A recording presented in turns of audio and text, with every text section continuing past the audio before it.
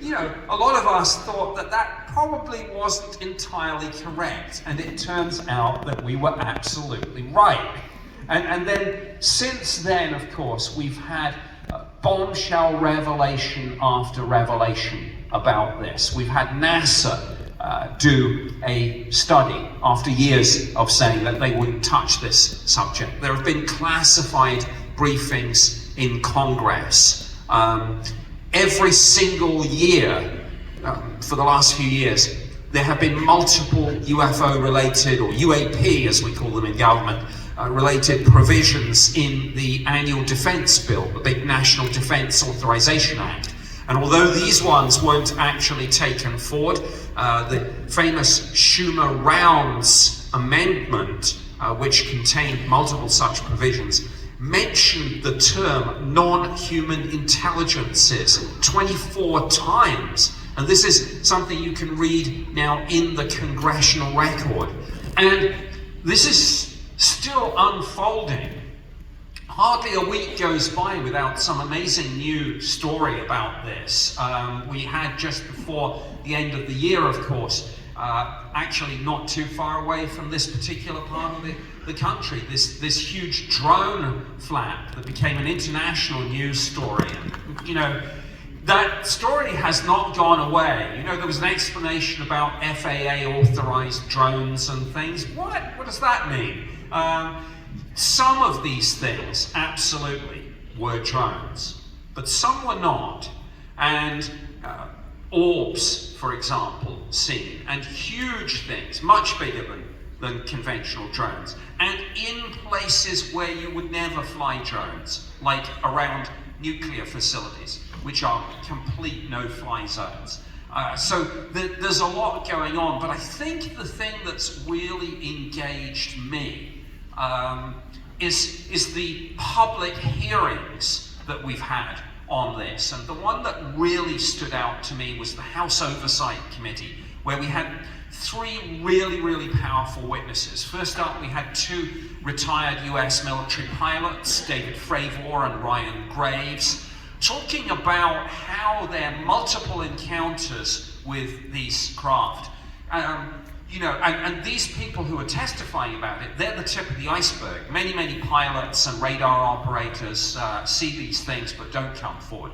But they testified that these craft display speeds, maneuvers, and accelerations, orders of magnitude above and beyond anything that we have in our inventory, or anything, and we know this through intelligence sources, that either allies or adversaries possess. I loved it when Dave Fravor, in an earlier interview, was asked about this infamous Tic Tac UFO.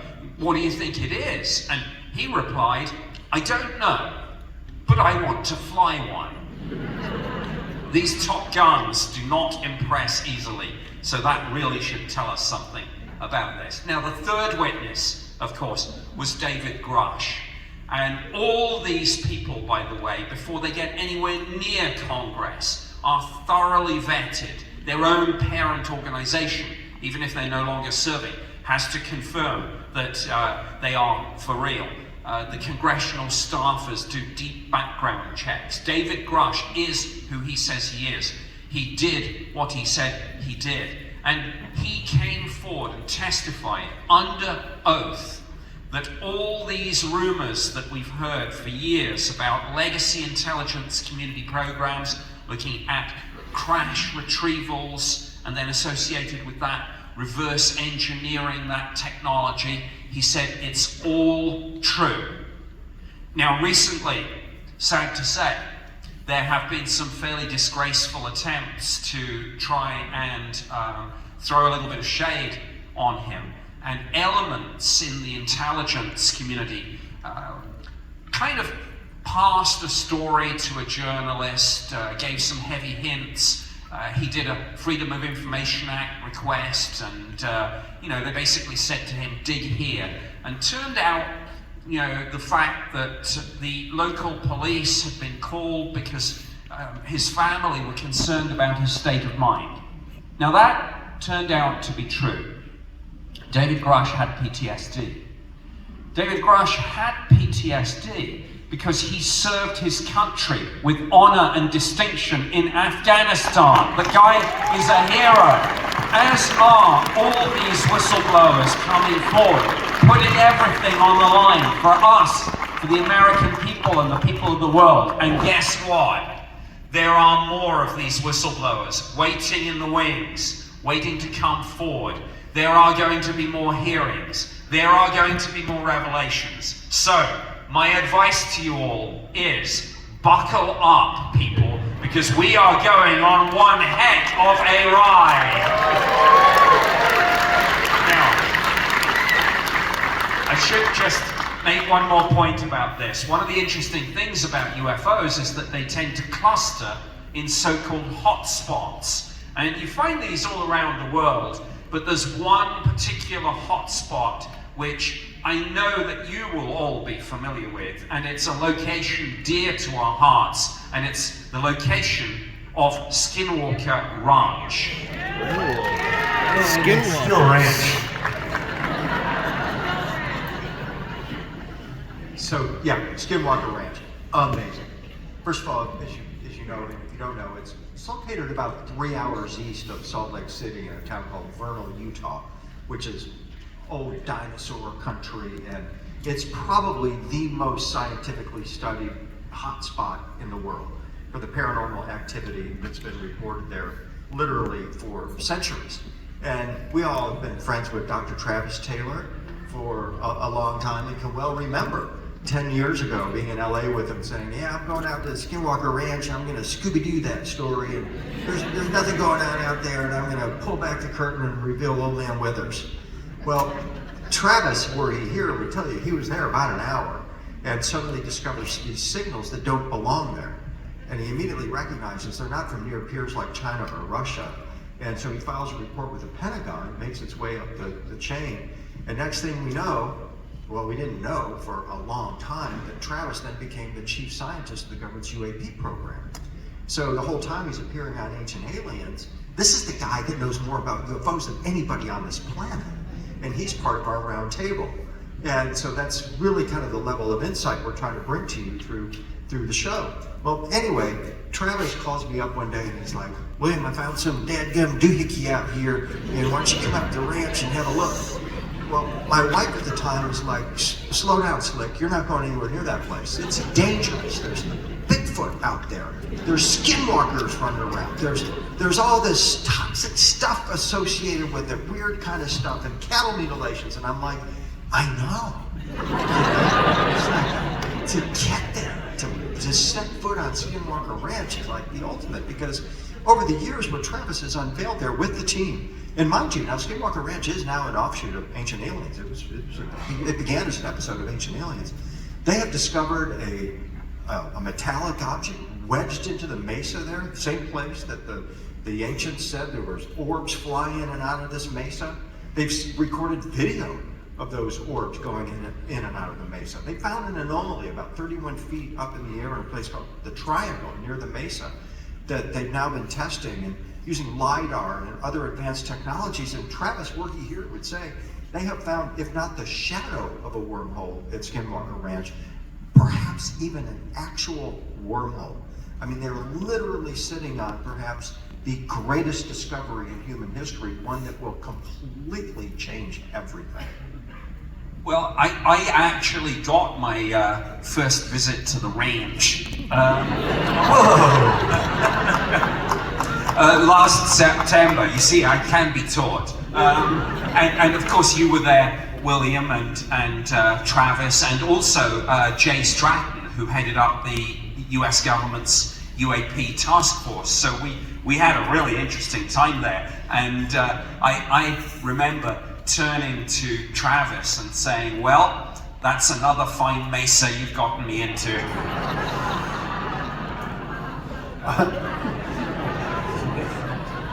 One point, I want to make here so that you understand, folks.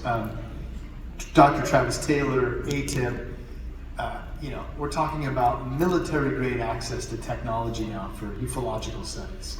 It's the next-gen level thing happening here.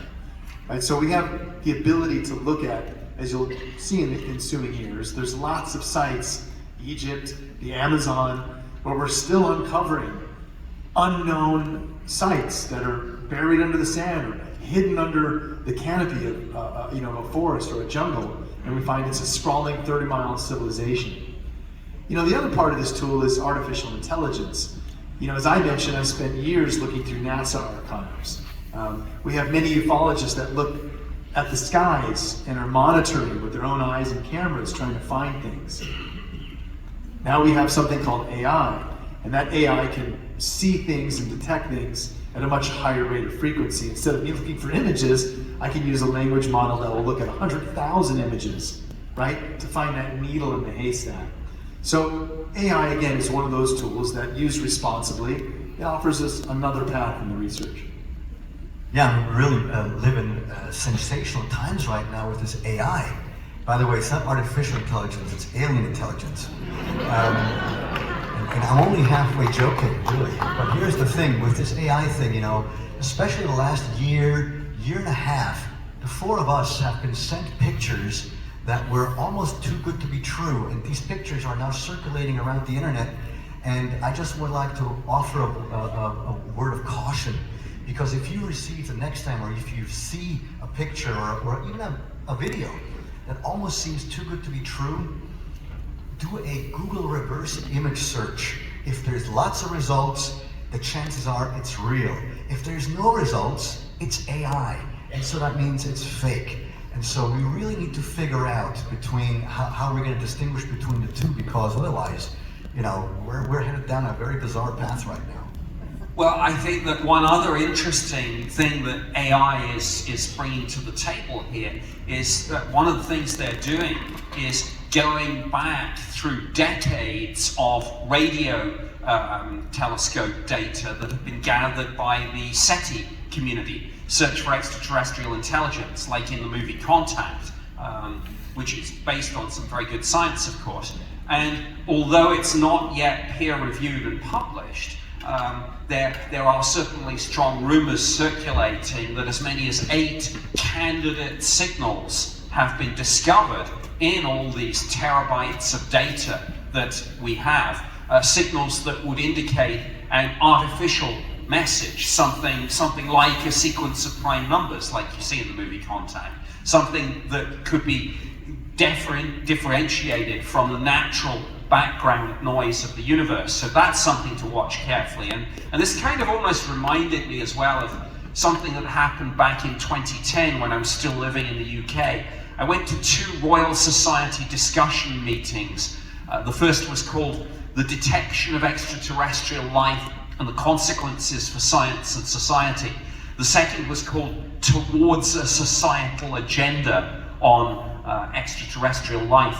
And NASA's former chief historian used the phrase that we might be living in a largely post-biological universe populated largely by immortal thinking machines. And this was a sci-fi convention? I mean, I had to kind of pinch myself and remind myself that it wasn't, that this was actually the Royal Society, the oldest scientific institution in the world, over 300 years old. Previous members and fellows include Sir Isaac Newton, Albert Einstein, Stephen Hawking. So this was completely mainstream, and it's just a sign of how things are changing and how I think the world is coming round to realize that so much of this is going to turn out to be right. Now, one of the things that we do with the show is we regularly reach out on social media to the Ancient Aliens community, and we ask people to send in their questions. And I do want to try and pick out a few. This first one that was sent in to us is both fascinating and fun, so I want to ask each of you this. The question is, if, after all these years of researching and studying and looking, you actually did find yourself face to face with an alien, what would you ask? I guess I'd have to go with, is it the Beatles or the Stones? Is it Zeppelin or the Who? Now, if Travis were here, I think he'd be telling us it's Pink Floyd. Well, we all know it's Marillion. Who? That's his favorite band. Once we got past that, because that would tell us a lot, I think, I would have to go with, are you AI? And if not, how did your civilization transcend AI? Because that is, as we've expressed here, this is the existential threat. This is the future for humanity. And maybe AI isn't something new. Maybe it's something ancient and that it's come from elsewhere. That's another line of thinking that is most definitely out there. So I want to know that. But the real question that I would ultimately want to get to is, who do you pray to? And where do you believe you go when you die? Because ultimately, that's the question that affects all sentient life across the universe. My favorite philosopher, right, ladies and gentlemen. Now, what I would ask, well, first I would establish, am I safe? Are you going to kill me? Are you going to eat me? But if we're safe, or if I'm safe, then the very first question I would ask is on a star map, show me where you're from and how did you do it? Because I would like to learn.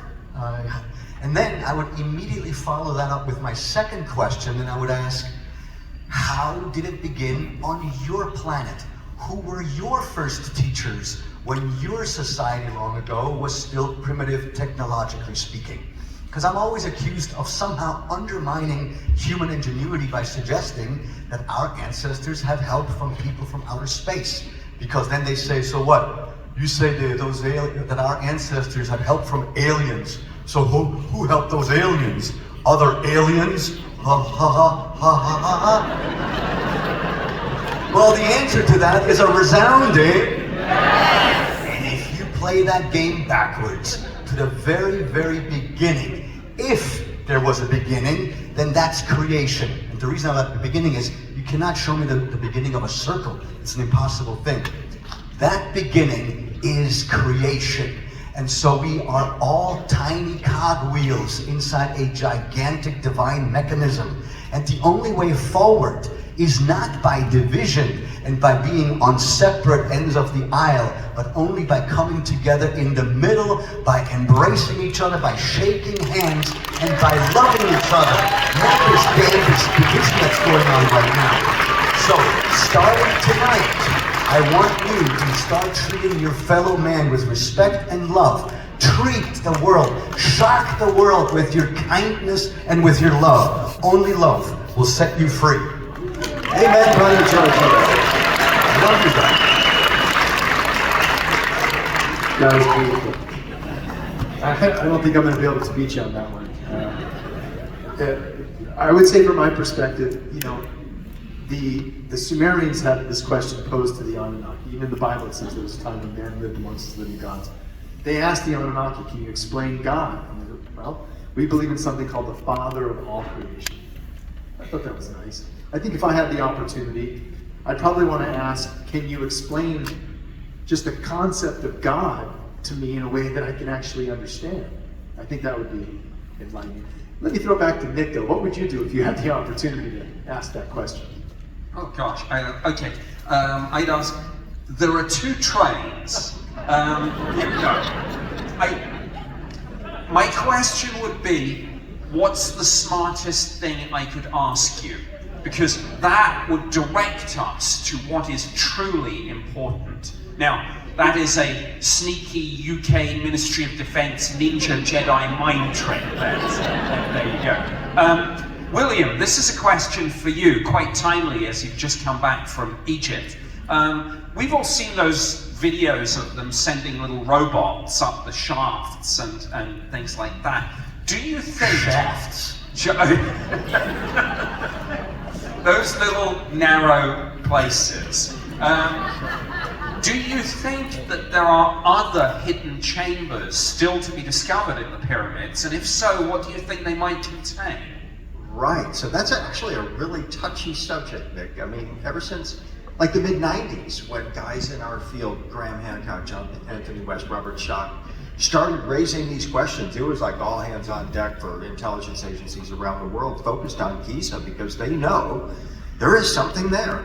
And what's fascinating is that in the next couple of decades, up to our present, the pyramids are, in most of Egypt, it's essentially transparent to us now because through satellites, muon topography and other technologies, we can literally peer inside the Great Pyramid. In fact, they revealed just a couple of years ago that they discovered a gallery running parallel to the Grand Gallery in the pyramid. And now there's room for 47 rooms the size of the King's Chamber inside the Great Pyramid. And ever since Casey started talking about this, and even ancient Egyptian tradition says there is a hall of records underneath the right paw of the Sphinx. There are corridors linking the Sphinx with the Great Pyramid, and we're on the cusp right now. There's so much movement happening in Egypt right now in terms of bringing new discoveries to light that it's pretty well accepted among those that, like myself, that go there a lot, that they're on the cusp of making some kind of major announcement that is going to have direct relevance to ancient astronaut theory, for certain. Giorgio, a final question for you. You have been involved with Ancient Aliens since the very outset. You are the face of the show. You are the hair of the show. But Honestly, what hair? Not just, of course, as a leading contributor, but also an executive producer. So the question for you is this: how does it feel to be involved with something that's not just a TV show, but has now become an international phenomenon? Yeah, that's. Thank you for the question. It's still something that I think all of us have a hard time coming to grips with, because, as many of you in here remember, Ancient Aliens never began as a series. It was a one-off, 2-hour special that aired on March 8th, 2009, and the four of us and everybody that was on that show thought that we had reached the pinnacle of our careers and it could not get any better. And, you know, and then fast forward 6 months, and the phone rings in my office. I pick up, and it's Kevin Burns on the other end, the owner of Prometheus Entertainment, and he says, "Buddy, are you sitting down? Because this never happens, pal. You've just been picked up for season 1 of Ancient Aliens, and you better promise me that you've got more pyramids to talk about."